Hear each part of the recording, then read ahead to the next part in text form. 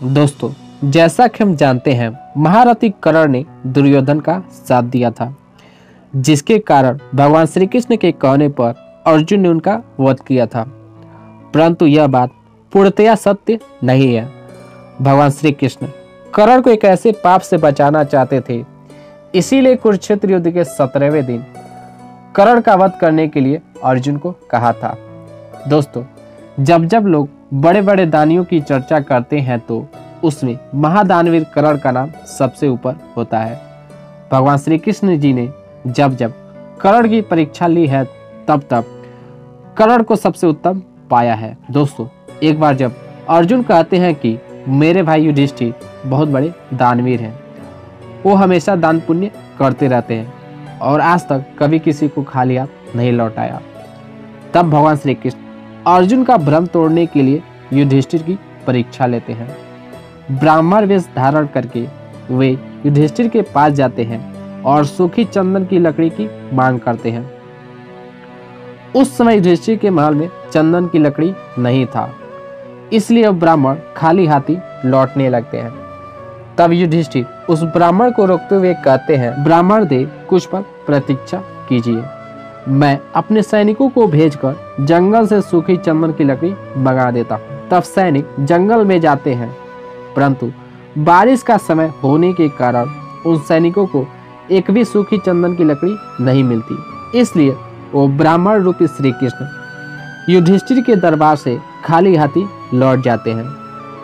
उसके पश्चात वह ब्राह्मण कर्ण के पास जाते हैं और उससे भी सूखी चंदन की लकड़ी मांगते हैं, परंतु कर्ण के दरबार में भी सूखी चंदन की लकड़ी नहीं होती।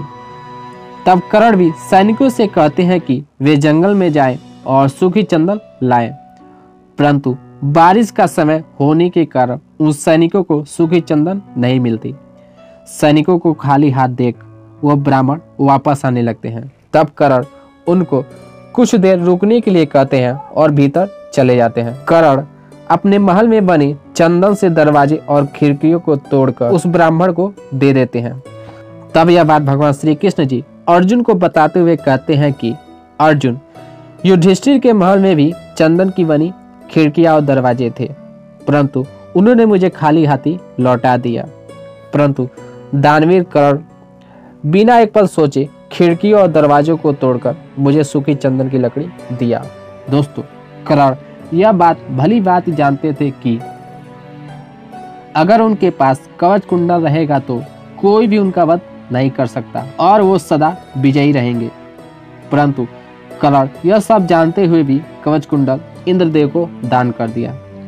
दोस्तों, कर्ण जीतने के लिए युद्ध करना चाहते थे, परंतु अपनी माता कुंती के कहने पर कर्ण ने पांडवों का वध न करने का वचन दे दिया। दोस्तों, कर्ण इतने बड़े दानी थे और हमेशा दान पुण्य करते रहते थे।